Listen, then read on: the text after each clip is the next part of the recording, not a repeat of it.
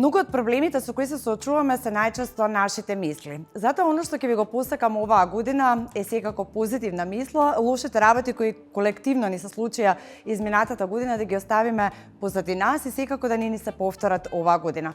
Многу здравје на сите вас и добре дојдовте во уште едно издание на Живот на приказна, секако прво издание во оваа 2026 година.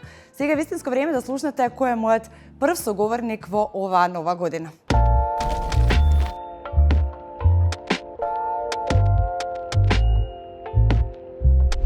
Пробај да те болам, исто како што ме болиш ти. Автентичен по својот глас, а неговите песни оставија силен печат на македонската музичка сцена.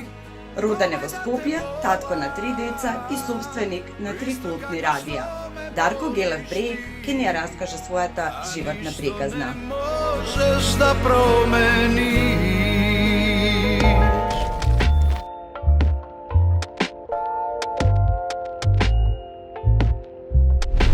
И слушавте за кого станува збор, јас ќе кажам искрено дека ми е чест и задоволство да го најавам Дарко Гелев Брејк во Животна приказна и особено ми е драго што оваа нова година ќе отварам со тебе. Добре ден Брејк во Животна. Исто така, повели, ова е твојата позиција, се надевам дека нема да бидеш како на електрично столче, туку ќе се чувствуваш убаво и пријатно. Тоа зависи од тебе. Се зависи од мене. Амбиентот е супер. Амбиентот е супер, атмосферата е супер, празнично расположение и онака како и секогаш. Не отрезнети уште. Како секоја емисија ќе те прашам како си пред се искрено од Супер, срце. фала многу. И може една мала дигресија пред да почнеме. Секако. Се извинувам на гледачите. Керка ми кога доаѓав навака ме замоли. Тато, кај ќе одиш на емисија, викам кај Здравкица. Можете молам да ме кажеш, ама со име и со презиме. И ако може слика, викам на телефон ќе те покажам. Така да мора да видите Деа Гелева. Да, а Деа е исти Дарко. Мојата љубов. Да, Деа е исти Дарко, само женска верзија. Деа сега има 6 години, така? 6, да. Давид има 12. Така. И Марко 26. 26. Да. Супер горд татко, ќе зборуваме секако за сите работи, меѓутоа хронолошки, нели, да почнеме од твоето детство кое ти е поминато во аеродром, така? Да. Роден во Карпош 1, кај што сега во моментов живеам, во кулата Карши полициската станица, на 10-ти кат, со преубави комши. И на моја 7-8 годишна возраст се преселивме во аеродром. Меѓутоа, мојата баба на мајка ми мајка живееше во градски зид од Макарши собрание. Затоа во Браќа Рибар го завршив јас основното училиште, јас и сестра ми, да, центарско дете. Така да измешана малце чорба. Па после еден дел од мојот живот отидовме во Австралија, на мајка ми моја храбра, Колку време помина во Австралија? Година и пол некаде. Четврто деление таму го завршив. Го полагав тука кај нас во Браќа Рибар трето, некаде на полугодие, и се префрливме таму, отидовме. Повторувањето е мајка на знаењето. Да. Доста знам од твојата животна приказна изминативе 25-6 години, меѓутоа за прв пат слушам дека си живеел во Австралија. Од каде идејата всушност Сега ти кажам, да бидеш во Австралија? Имам мајка авантуристички дух. Во дел од семејството ја викаат Пиноче. Тако е, со камшик, јака жена, многу јака жена. Дори татко ми почина пред 10 години, она јако се држи и семејството си го држи, супер е све со нејзе. Она го седнала, татко ми рекла, јас сакам да земам година дена слободно од работа, ќе земеш и ти, ќе најдеш начин како, ја и ти ќе одиме година дена некаде. И се татко ми, Лиле, 2 деца имаме. Дарко ќе оземеме со нас, треба да ќе оставиме тука. Што сестра ми беше повозрасна од мене, нормално да не вади година дена од школа. И јас отидов така, го полагав трето, отидов четврто оделение, таму го учев и се вративме назад. Видовте како до Австралија, близко е, да. Убаво си помина. Татко ми има роднини во Франција. И кога предложил, ќе одиме ке брат ми во Париз. Не, Париз сум била многу пати. Сакам некако што не сум била. Да. Во Австралија се, јавим се на луѓе во што ги знаеш ти и ќе отидеме таму и така поминав четврто одделение го Кај завршив. нашите во Австралија, во Мелбурн, така? Да, ама ние воопшто не гледавме тие од refrigerator, бела кутија, затоа што, пак кажам, мајка ми е авантуристички дух, ние не застанавме таму покрај школото од шетање, да видиме све што можеме да видиме заедно. Јас, Сушто вие бевте туристички на година дена. Туристички на година дена, да. Супер. Тоа е мајка ми Лиле. Да. Повеќе карактерно личиш на мајка ти или на татко ти? Па Физички на татко ти. Да, карактерно сите некако повеќе кажуваат дека личам на мајка ми со X исклучоци. Какво беше твоето детство? Во Карпош, во аеродром? Се сеќаваш на твоето детство и каде ти е некако каде најмногу имаш насмевка кога ќе се сетиш на твоето рано детство? Сега ти кажам од кога јас се сеќавам на моето детство. Татко ми работеше за кога јас бев сум бил, ама се сеќавам на 6 години за Мамидакис во Грција. И он требаше година дена да живее во Солун. Службено од Македонија да отиде таму за Мамидакис. Значи тука од Макошпет тога се викаше како представник, како немам појма што ова беше. Ја толку бев приврзан со татко ми што не се одвоив од него и јас се сеќавам како моја тетка во Грција секој сабајле во црква ме носеше за рака во Солун. Значи ме чува, отидов со него, не ќе да се одвојам од него. И тоа се сеќавам така, имам вивид мемории за целата таа година со него заедно. Многу го сакав. Болно го сакав татко ми. Дури ја и мајка ми се смееме, секој со татко ми имавме на шега, викаме и кажувавме неизе, Лиле, кога ти ќе починеш, ќе ти спраќаме со музика. И кога татко ми почина, ја и Лиле одевме во поварка, стварно со музика имаше преку 200 луѓе на погребот кај него. И јас со солзи во очи, она со солзи во очи, викам, сега колку и да звучи чудно, викам, требаше ова обратно да биде и она.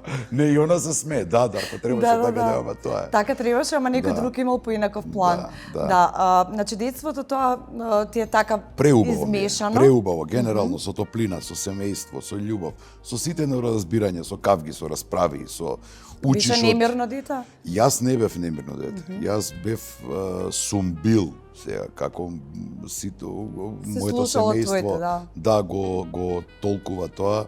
Дај му една играчка, остави го у ќош негде и го заборави го цел ден. Знае, си игра, се занимава со тоа. Знам, се сеќавам на делови кога веќе растевме со сестра ми конфликти. Сестра ми е многу мирен лик. Она е многу повлечена, мирна, таква. Седеше во соба, читаше милиарда книги има прочитано во животот. Знаеш, и не сакаше многу да, знаеш, ние сите седевме во дневна, она во соба повлечена и си чита книга. И ја закачкав нонстоп, ми недостасуваше нешто да се движи. Со некој да се играш, да. Се сеќавам на тие конфликти вообичаени, кога ја не ја рчкав. Она мене ме толерираше, како и ден денес. Некако од секогаш беше миленик во семејството? Па се борев да бидам. Као второ дете се бориш секогаш да го... И полесно поминуваш. Да го добиеш својот простор, да бидеш битен тука. Знаеш, сеќавам еднаш, кога почнав во тинејџерските денови, некаде пред да отидам во Америка, направив еден бизнес дил интересен со еден мој пријател и направив многу пари. Бев мал, 16-17 години. И мислам за толку пари бев сериозно мал. И ги ставив во фиока, кај мене во соба. Да не кажувам, само стварно многу. Цела фиока со пари беше. А како ги направи? И утро имав едни другари повозрасни од мене кои носеа дигитална опрема од Хонг Конг тогаш. Имав еден друг пријател чиј татко беше на една позиција каде што им требаа такви калкулатори, беа тие од помодерните. Texas Instruments се сеќавам, беше фирмата. И ги споев и ги купија и ми ги платија и наеднаш ја имав многу пари. Ова беше во времето кога немаше ни мислам можеше и без фактура, без фискални, немаше ДДВ, немаше така. И цела фиока. И се сеќавам тоа утро, татко ми, Бог да го прости, ме разбуди. Беше многу голем човек, 2 метра висок беше, таков со крупен, да. Крупен, голем. И вака ме дигна од соба и само ме пушти од дневна. Од кај ти се пари? Да, и фиоката извадена со се парите. Ми вика, од кај е ова? Ама чекате, не, точно од кај е, кажи ми ова. И се објаснувајки му, ја видов гордоста во него, дека сум... Си направил нешто, да, сам. Да, мал и плеткам Значи, нешто уште од тогаш негде да. се надзиркувало дека ќе имаш смисла за бизнис. Да. Така, веројатно. колку ти беа авторитет учителките во училиште, колку поднесуваше некој да ти биде авторитет? Учев во браќа Рибар. Класна ми беше Светлана Марич. Не знам дали е се уште жива. Ја би сакал да е... Да. Не, од прво до трето, па четврто во Австралија, па после... Да, па... Повторуваше. Да, после овако, не полагав. Не, а првата учителка? Првата, не се ни сеќавам на првите училки. Не се сеќавам, одамна бил. Али знам дека ми беше класна и беше изузетно супер, многу добра жена, многу авторитетна, со еден убав, јак глас. Кога ќе викнеше, понешто беше слабичка жена, не беше нека голема. Но беше буквално втора мајка, како што научава во тоа време? Да, сигурно ми беше еден огромен авторитет, каде што внимавав да не утнам нешто, воопшто за да не стигне до моите родители. Значи, пред класната да се оправдам ја со моите оценки да ги завршам како што треба да бидат, за да не дојде ситуација да треба на некоја родителска мене да ги повикаат моите родители. И да се срамат. Да. Па далеко од срамење е тоа. Па добро, да, но во секој случај не е пријатно. Да, нели, да. Сега тогаш немаше електронски дневници, така да она се плашиш кога ќе дојдат родителите од родителска. Колку можеш да направиш некоја паралела како сега растат твоите деца? Колку нивните учители, наставници им се авторитети и она што било во твое време? Види, со оглед на фактот што времињата се многу променети. Пристапот кон децата, кон едукацијата е комплетно променет. Ми се чини дека на подобро. Значи, не сум ја компетентен за да давам таква оценка, но што е во подобро? моето потолерантни се. Знаат да разговараат. Ние сме имале учители да не им велував сега, ама во ходник вака ќе ти искови, ќе те однесе ако излезеш. Ама додека ти се објасниш дека до веце си тргнал, џабе те враќа назад. Изгоре лончата. Да, изгоре лончата.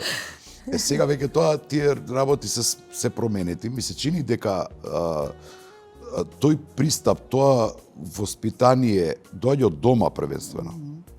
Знаеш, учителите, професорите треба само да го доработат тоа домашното. Така. Знаеш, таа база, таа основа, ако да биде базата продолжение на она што е базата. Да, ако и продолжение и подобрување.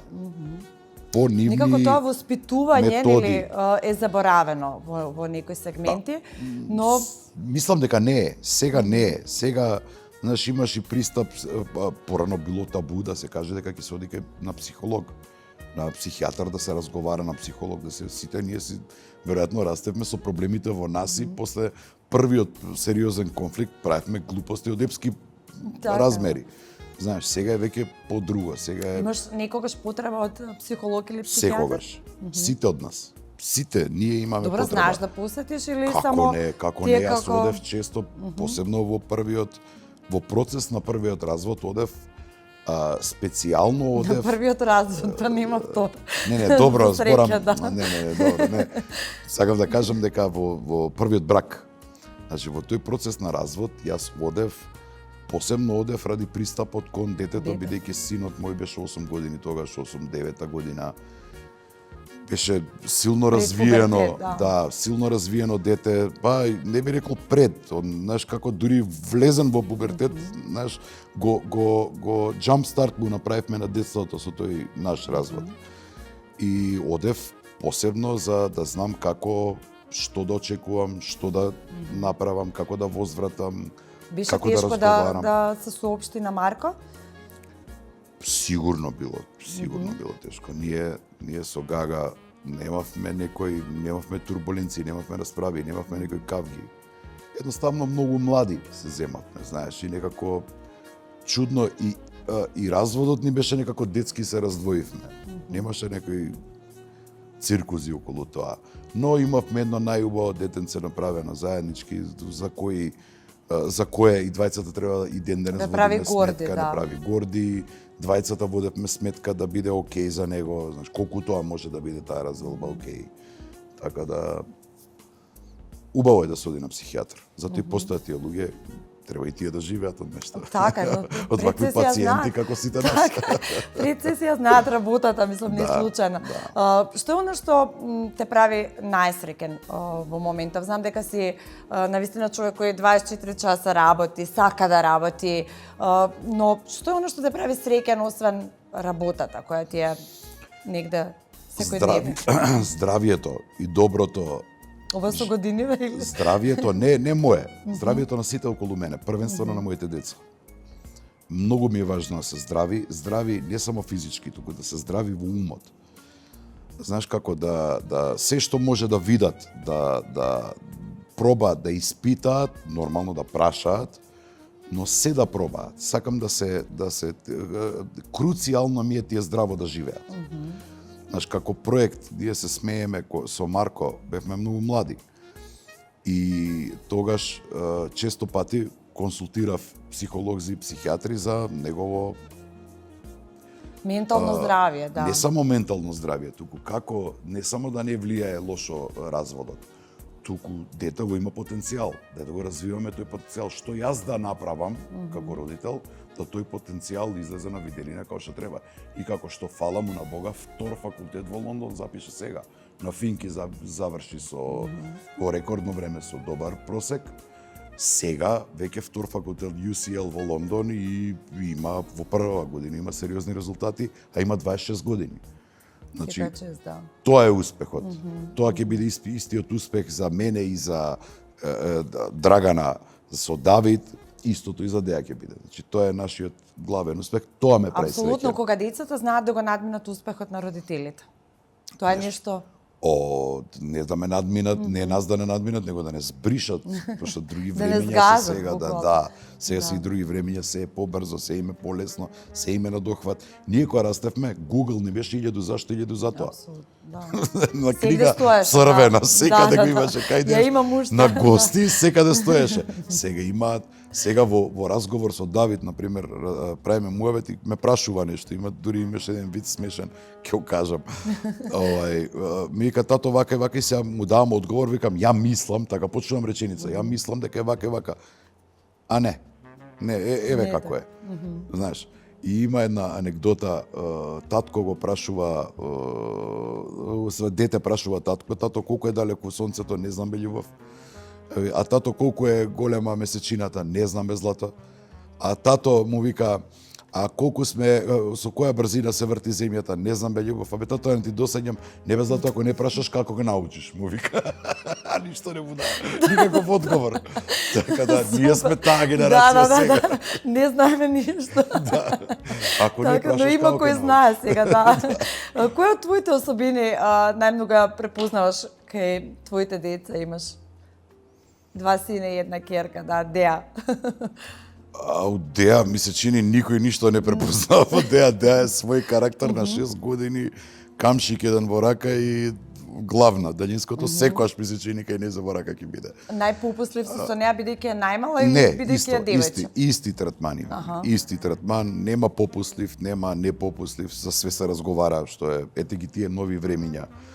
Знаеш, ние сме знаеле, мислам, јабар сум растал, ретко сум ги нервирал моите, ама имало времиња кога татко ми ќе се исправи вака од седна ќе каже молам и толку се завршува. Ама тука престанувало, сега немам ни што да разговарам. Сега веќе како се вика охрабруваме диалог. Дојде кажи ми што е. Скоро Давид дојде со 1-2 четворки што јас не можам да разберам, затоа што јас единствено му кажам Давид, се ти е овозможено. За се разговараме. А имаш проблем, кажи, треба да се помогне, кажи. Имаше една, сега е он 7 оделение, во 5 оделение му се менуваше класната. И тоа што многу ми се допадна мене, некаде таму разговарајќи со мајка му вика now I have to improve my manipulative skills, вика. Морам да ги подобрам моите манипулативни вештини. И мајка му вика како тоа глупости, како ти ќе манипулираш. Ја го охрабрувам тоа. Ама му викам, бидејќи ти ги имаш тие манипулативни способности во себе, зошто не ги искористи двете четворки или една четворка, не се сеќам, не ни сакам четворка да слушнам, зошто не ги искористи да бидат петки? Добро, но некогаш не е тоа толку важно, какви ќе бидат оценките, колку е важно нивното знаење. Да, Мислам, дисциплината, одговорноста, точно дека не се битни оценките. Одговорноста да некој ти дал тебе доверба, да без да побараш помош, дека ги имаш петките, ќе го имаш резултатот кој се бара од тебе. Направи го тоа. Треба да го оправдаш тоа, да. Направи го тоа. Так, се сложувам. И секогаш било така. Јас сум дете растено дека се можам да направам. Се што ќе помислиш, ми викале моите Дарко, ти можеш да бидеш и да го направиш тоа. Консеквенците од твоето однесување сам ќе си ги сносиш. Така, но тоа се за тие работи дознаваме дури кога ќе дојдеме во некој. Па сега се ама сега се побрзи времиња, знаеш, сега. Да, и побрзо сваќаат. Например, Давид е 12, не е истиот од 12 кога ние сме биле 12 во тој временски период, така да поинформирани се, подостапно им е све, понапредни, да. Така. Твојот избор беше средното училиште или на твоите родители? Мој беше. Мој избор вака се запиша во средно во Градежно. Сакав архитектура. Во ГУЦ? Да, во ГУЦ. Сакав архитектура. Не ми одеше добро. И после втората година, мајка ми, Пиноче, се појави. да, Лиле вика, прво по долга консултација со татко ми дали они можат да издржат без Дарко година дена. Зашто? Дарко знае англиски перфектно, Дарко сака да учи, не може да го скротат тука. Знаеш како учев во средно учев тоа што јас сакав. И тие оценки бев, например, главен на сите први години во ГУЦ, кога е во моја генерација, како си като председател на сите први. Имав долга коса до овде. Упорно сака да ми шишаат, ја не дозволував да ме шишаат. Мајка ми доаѓаше да ургира, вика, детево мое сакате во пунџа да ја носи косата. И вие тогаш во тоа време како во пунџа ќе носи, која треба да се шиша на машко да личи. Син ми е машко, разбираш, знаеш. Он е Дарко. Да, он е Дарко. И тие времиња и по консултација со татко ми, дека они можат да издржат година дена без мене, да ме видат, ме седна Америка, Дарко, дали сакаш во Америка, дојдеш ти трета и четврта година. И јас се разбирам. Да се прошеташ како до Австралија. Да, ќе одам. И тогаш се сеќавам, имав реп убав и ден денес сестра ми се чини го чува репот мој, го исеков и викам ќе одам, да не се секирате, без долга коса. Тогаш бевме ние у некој хард рок варијанти као детиште, знаеш. Во тоа време, да. И отидов таму и трета и четврта година ја завршив во Луизијана, Нью Орленс. Година и 4 или година и 5 месеци некаде бев тамо. Се купив Харли Девидсон. Да, се купив Харли Девидсон таму и го донесов. Така, Лондон кога беше во приказната? Лондон беше 99-та година. Лондон беше 98-ма, па 99-та Марко се роди тамо. Па 2001 или 2001 се вратив назад. Исто на година две. Па скоро 3 години. Ама одавме се враќаме, Лондон е поблиску. Што Америка е многу време патување ако сакаш да се враќаш на викенд или на дела ден. Да. Зашто најчесто сега кога би ги вратил сите овие години наназад, знаеш да се покаеш, да кажеме, или кога биле твоите 5 минути, а не си ги искористил можеби? Многу мои 5 минути има што не сум го искористил и не жалам. Пардон. Не жалам воопшто за тоа. Се така требало да биде, така гледаш на тоа? Ти кажам една интересна анекдота што на мој блиски ја кажувам. Кога се поревме да отвориме Сити радио, тогаш со концесии малку покомплицирано беше и од разни страни фаќавме и луѓе и врски, пробувавме да ги убедиме дека сакаме убава приказна да направиме. Дозволете ни да отвориме радио. Урбана приказна и ден денес таа трае после 20 и кусор години, да. И е супер успешно, знаеш, се менуваат екипи, остануваат луѓе, остануваат постоечките во позадина кај што ги помагаат новите, ги прават. Но е препознатливо. Тогаш во една прилика еден мој пријател кој беше инволвиран, тогаш се почетоците на кабелската телевизија. Ама јас зашто викам ништо не ми е дојдено лесно во животот. Апсолутно ништо. Дадено ми е доволно колку што треба јас да имам под контрола и да работам. Никогаш повеќе да ми падне од небо, знаеш, да ми се олесни. И тогаш доаѓа еден пријател ми вика, ти дајме кабелска, ми вика. Јас вика сум у варијанта отвори кабелска. Викам, појма немам што е тоа, викам, човек сакам радио. А вика, ако земи и кабелска отвори. И ја одбив. Денес кабелските се милионски бизниси. Сериозно милионски бизниси. Не ни приближно допир со радискиот бизнис кој било каде, не само во Македонија. Ако ја гледаме материјалната страна. Материјалната страна зборуваме. Секој бизнис мора да биде оправдан, мора да има профит. Не можеме хуманитарно Црвен крст да работиме, знаеш. Дури да сакаш да даеш дел од профитот за сите стрекни да ги гледаш како што сме правеле многу време, сепак мора да има профит да биде оправдано зашто постои тој бизнис. Е тоа ми е една од работите што може би се на моменти не се каам, ама на моменти си викам и види каква и дури ја раскажувам. Види каква приказна сум мутнала, ама тоа е. После многу години се навраќаш на пеењето кое мислам дека многу е чудна твојата приказна во однос на пеењето. Можеби 15 години не се појави нигде, не сними никаква песна, а како да вчера беше во Бестрага, како вчера да беше Долго чекав за нас, веќе да не зборувам. Мислам дека тоа, твојата лична карта, дефинитивно. И каде год да се појавиш со таа песна, тука е хаос. Сега конечно реши да се вратиш на музиката. Кој те натера? Пере и Васко. Кратко и јасно. Тие се Пере и Васко, виновници, да. Да ти кажам, се почувствував во тој вакуум радиски бизнис, па почнав и малку градежништво, нешто надвор од држава да правам. И поприлично успешно, фала му на Бога, и ден денес. И се осетив во еден вакуум, правам се, а мене не ми убаво. Знаеш, остваруваш профит, работиш, вработуваш луѓе, ама мене лично не ми убаво. Во истиот момент ми се јавува Васко со тој неговиот, не знам кој, ти сигурно го знаеш, Васко, жолтиот.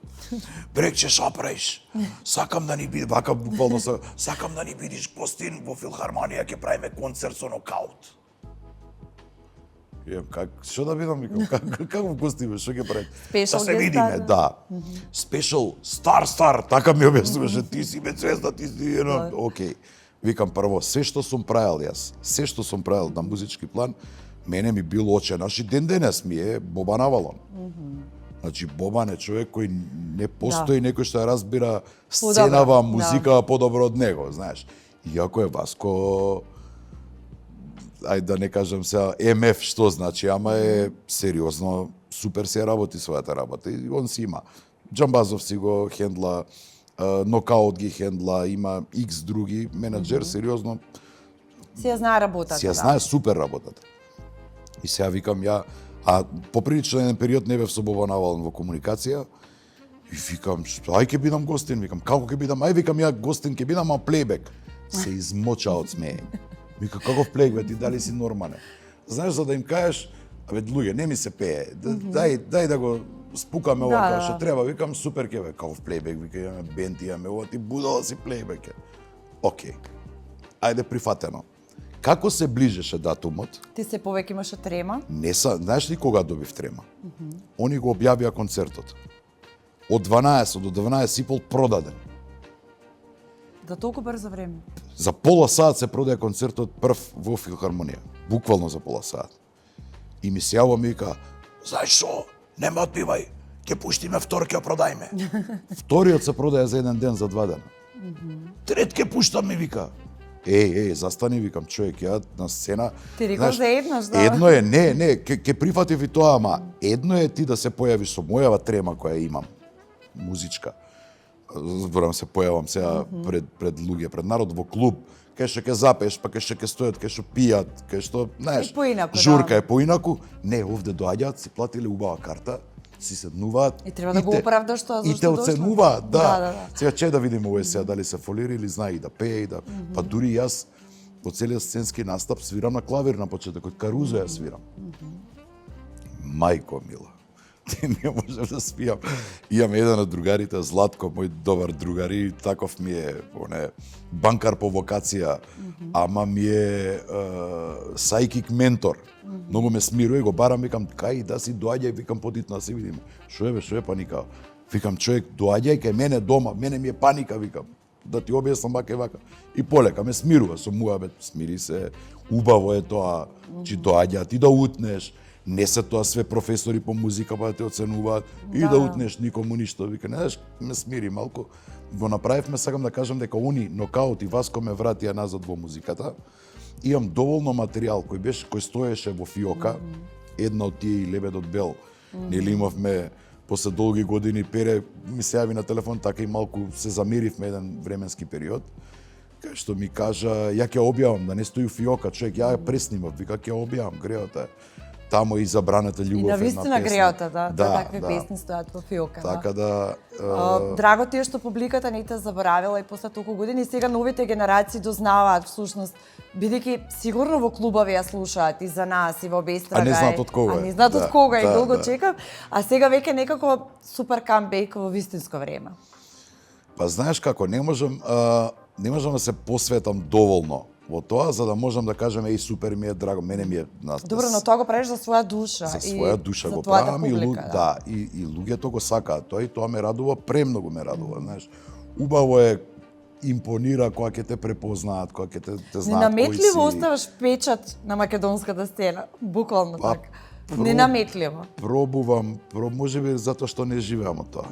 Можеби затоа што не ми е таа определба да музички се занимавам. Основна, и не ми е основна дејност тоа, можеби затоа. А и можеби затоа што па и прифаќам секаква критика. Мене не ми е проблем да кажа каков прег бе, не ми се свиѓа. Дали, кај тебе тоа се некако трае таа енергија, сакам ова да успеам, како што беше со почнувањето на Сите радио, па после национална фреквенција Метрополис, Клуб ФМ, нешто сосема поинакво. Джангл телевизија беше исто. Джангл беше, па заврши, Беше, па да, али се некако со посебна возбуда, љубов, се даваш максимално. Нема друг начин. Да. Не постои друг начин. Така и со музиката. Тоа секој да ми кажеш дека ние ќе оствариме огромен профит, ќе произведуваме, ќе направиме машини за производство на комори за ладење на јужно воче. Знаеш, сега можеби тоа, ама човек нема, ништо не ми значи тоа, не ме допира. А кога е радио, кога е телевизија, посебно таква музичка, кога е, знаеш, ти е и предизвик и ти е убаво, врзано со музика. Да, нешто што ти го сакаш, да. И затоа го... А кој добро пее кај тебе во... И мајка ми и татко ми. Аха, Да, значи и ништо не е мајка ми, случајно. татко ми дури инструменти свиреше, и гитара, и клавир знаеше да седне да свири. Мајка ми мандолина се глупирала кога била мала, знаеш. Мислам, генерално се музички, генот ни е музички, не... Така, Марко знам дека е талентиран за музика, колку се Давид идеја? Исто. Колку и да жениве мои да сакаат или да не сакаат, децова се деривираат околу мене. Да, тоа е наследно. Да. Што е оно што би го повторил доколку би имал прилика во твоето минат? Уште еднаш? Е баш тој период, првото отварање на Сити радио. На Сити радио. Чи тоа е екипирање, тие луѓе, знаеш, ја немав некој големо искуство, знаев дека сакам да отворам радиостаница, сакам да влезам во медиуми. Ама само сакаш, а не знаеш што Сакам, те а не чека, знаеш да. што, и правев една убава сондажа, си правев една добра анализа како пред секој бизнис и знаеш, оставаш доза 10%, 20% среќа. Ќе видиме, ама овие 80% мора да знам што ме очекува. Мора да знам и да не успее, мора да знам како да го санирам тоа што нема да успее, како да го преадаптирам за да успее, знаеш, мора. Да. И пресреќен сум што најдов прекрасна екипа, ти беше дел од екипата од секојаш со нас. Знаеш, и луѓе професионалци кои дури гледа, ја не се срамев да кажам, не знам, кажи ми како е. Да. Знаеш, и Немаш ден проблем денес, со и тоа, ден да. денес немам ја проблем. Со тој дел од егото немам проблем, со друг дел од егото Имаш, имам да. проблем. Да. А со тој дел немам, кога не знам, ја Не знам. се смеам пред 10 години научив сукцесија што значи зборот. Си прашав, вака слушнав на телевизија, што е сукцесија бе? Како бе, што е? Што е, кажи ми? Сега бе? имаш Google, Поделба, сега ти е полесно. Ама немам Да, проблем ја да. да прашам, знаеш, и све што не разбирам си прашувам. Кој прашува да. ниските, како било, да. Дарко, се сеќаваш на првиот хонорар музички? Дарко е, мајка ми. Бе. Да, Дарко. Дарко. Првиот хонорар музички. Да, и каде беше? Ти тикнува прв настап кај што имаше пред публика? Мене ми тикнува на концертот на Кале. Да, ама немав хонорар, ми се чини тоа. Што беше За многу безпарието. одамна. Да. Сега ќе ти кажам една кратка, Бог да го прости, Даниел Авалон. ми се јавува, не споменувам кои козметички, како се вика, фирми кои работат со козметика, ми вика, има еден гиг на плоштад, ми вика, те бараат тебе. Викам, што? За кој ме бара мене? Не бе, вика, жени се овие сите, вика, а тебе увек постари жените сакаат, вика, и ти... И викам, добро, нема шанси, викам, теоретски на плоштад да се појавам на Бинана. А да им кажам некоја цена да платат. И сега викам, а шо има да им каже? Па вика, навредливо е сега. Дај бар цена некоја ќе тропнеме скапа, вика, што нема логика да ја платат и немаш да се појавуваш. Викам, супер, Даниел, Бог да опрости. Викам, супер, така кажи, викам и то. Не ми се јави после 5 минути. Вика, прифатија. Не, викам, не ме зезеј. Човек прифатија срамота, што да им кажам сега? Мора да излезеш на плоштад. И тога се појавив со една-две песни, поема немам. Нешто имаше на плоштад и убаво приемам, ама мижам. Затварам очи да не гледам дека има голема публика пред мене, да мислам дека сум сам, ќе испеам песната, ќе извадам како што треба и сега сум малку поишлифуван. Малку да, сега искуството си го прави својата. Да, па сега. Да. За жал, емисијата е таква и имаме убави моменти. За твојата животна приказна ми требаат уште неколку часа за да кажеме се, нели? Но првата траума пред 22 или 3 години ти се случи во вашето потесно семејство. Да, тоа е Нина. Тоа е твојата прва братучетка, да. Прва братучетка, јас сум со Нина 17 дена разлика и мајка ми и сестра сега и сестра е почината, Евтимија, мајка на Нина, беа многу блиски. Че ние со Нина сме растени од дечиња, од мали, 17 дена разлика, од градинки до... Колку години имаше кога почина Нина? Она на 26-7 години. Че она 76-та, 2003-та почина сега. Do the math. Да. Многу млада, премлада. Ние...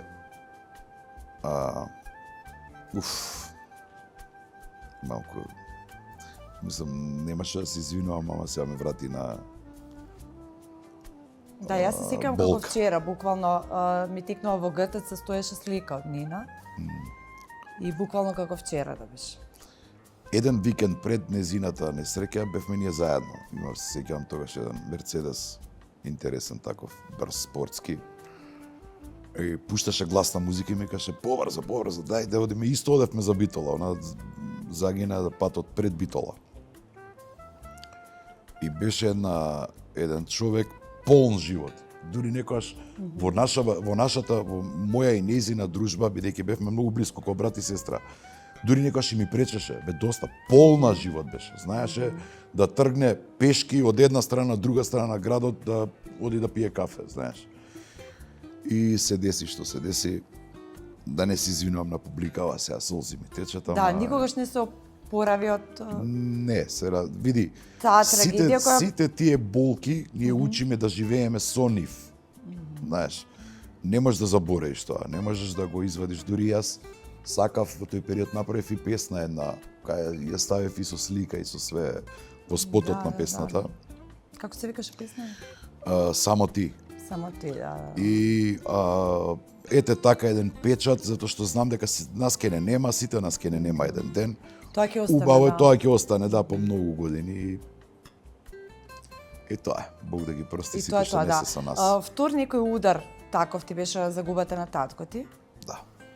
Пред 10 години. Да. Од што замина татко?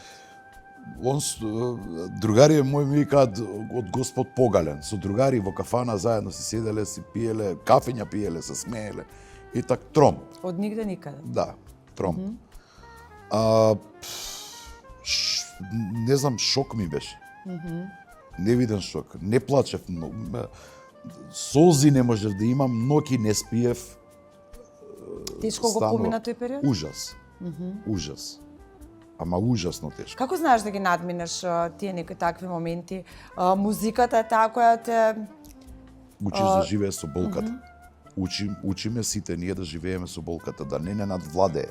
Затоа што сепак имаме одговорност кон луѓето, еве, да немаме одговорност некаква кон вработените, пошто јас си ги сакам како мои секојаш, ами имаме кон децата. Не било нивни избор да се појават на планетава Земја.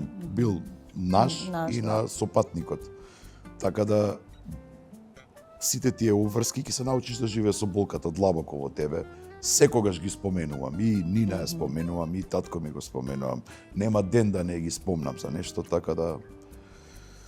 Затоа викам, сега во овие 49 имам, уште малку 50, најважно од све да сме живи и здрави, најважно од све да не чуваме гнев кај нас. Знаеш, ние знаеме од тинејџерските денови да се налутиш за нешто, па тој гнев да го чуваш, па да некому нешто докажеш дека не треба така да се... Никогаш ќе ескалира, кога тогаш, да. Што велат... И да не ескалира. Тоа е време изгубено. Седни, разговарај, дојде да се договориме, дојде ќе ми кажеш, ја ќе ти кажам што ми пречи, ти ќе ми кажеш што ти пречи, ако ќе се најдеме по пат. Фамилиарно посебно, ние сме врзани као црева. Значи мораме да видиме. Не дозволувај една некоја глупост мала да ти го одземе времето кое не знаеме колкаво е. Знаеш, Нина ја зема многу млада. Отиде, јас нема. Ја нема. Нема потомство. Нема незини деца, нема, знаеш, ќе поминат генерации као да ја немало. Да, како да не ни постоела, да. Ме сваќаш зошто така да биде тоа. И затоа секогаш пробувам со деца мои да се разберам, не чувај гнев. Разговарај, ќе се испсуеме, ќе викаме, ќе разговараме, ама не чувај гнев во тебе. Знаеш, немаме кој кому да се докажува дека е посилен, појак. Ти си посилен, као моје дете ти си посилно. Јас секогаш ќе копнеам по твоето внимание. Знаеш, Апсолутно е така, да. На самиот почеток кажав дека многу од нашите проблеми кои ни се случуваат и со кои се соочуваме секојдневно се всушност нашите мисли. Колку знаеш да се избориш со своите мисли за со демоните во нас. Да ти биде подобро. Многу на телевизија многу благо. Со нашите мисли, со демоните во нас. Да. Пак кажувам, значи пред малку спомнав за моето его кај што знае да мафта да прави. Доминира, да. Знае да доминира. Сега, ако тргнам за Тибет, ќе ме вратат овде, на излезна врата. Значи, толку ми е големо егото. И толку пробувам да го избалансирам, да го потиснам, да го тргнам, затоа што теоретски носиш само штетна работа. Знаеш, твојот суд не ти дозволува да расудуваш убаво, не ти дозволува да комуницираш убаво, знае да те надвладее и да направиш избрзана грешка. Но, истото тоа его ме довело овде кај што сум.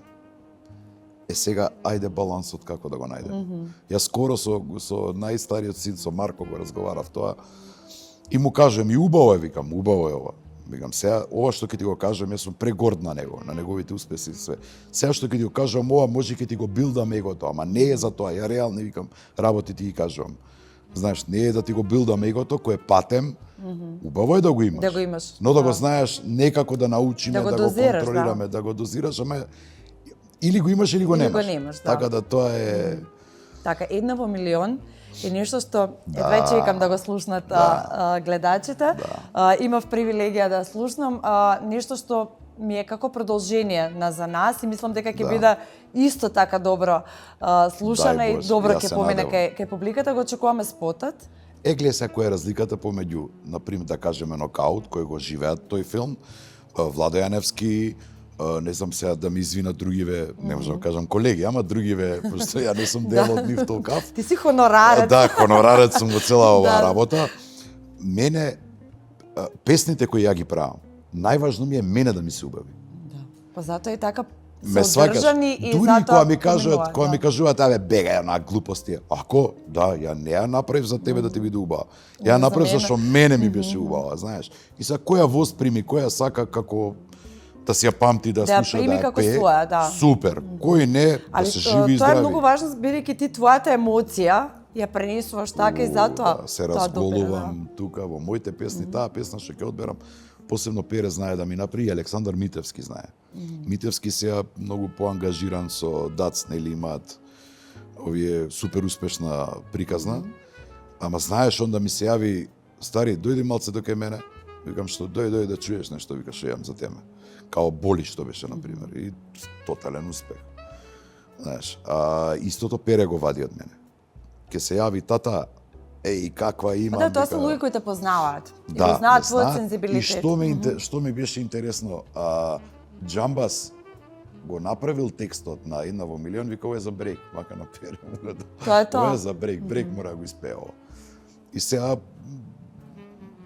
преубава песна е, лигава као што се моите песни, љубовни, полни емоции, такви. За сечење вени буквално, да. Такви. И, знаеш, секој се наоѓа во таа приказна по пат, веројатно, јас се пронајдов. Сите сме имале Една во милион. Така ги доживуваме, така ги гледаме. Некои повеќе имаат. Да. Убава песна, сепак, многу убава песна. Тешка е, висока за пеење, се трудевме малку, ме враќаше многу пати Пере, додека снимавме Дарко Димитров, малце ја чепна монтажата, Дарко дојде у канцеларија на кафе, кај мене во радио и ми вика, слушај сега, ми вика, што е многу симпатично, одамне јаме работено со Дарко. Сега ми беше интересно што чепна оваа песна, ми вика, човек, фати тоа емоцијата, извадија ми, вика, тебе, тоа ми убаво, вика, кажи ми, мора, вика, цели текови да препееш, 2-3, вика, да извадам материјал. Го направив тоа, ми се чини дека ќе им се свиѓа на луѓето. Секако, цврсто верувам во тоа и драго ми е што бар еве вака на 10 години ќе се случи нека песна, има време. Како што кажав, многу ни е кратко времето за твојата приказна и за радиото и така натаму. Во секој случај ќе ти посакам уште многу години успешна работа. И мене секогаш ќе ми бидеш драг гостин. Поздрав по дома и на Деја и на останатите, секако на Драгана. И драго ми е што беше во првото издание во оваа 2026. Се надам дека на сите ќе ни биде подобро. Мене уште подраго. Фала на покана. Ти благодарам уште еднаш, а ќе се заблагодарам и на нашите гледачи и ќе ве поканам повторно да бидете на истата фреквенција во истото време на истото место следната сабот.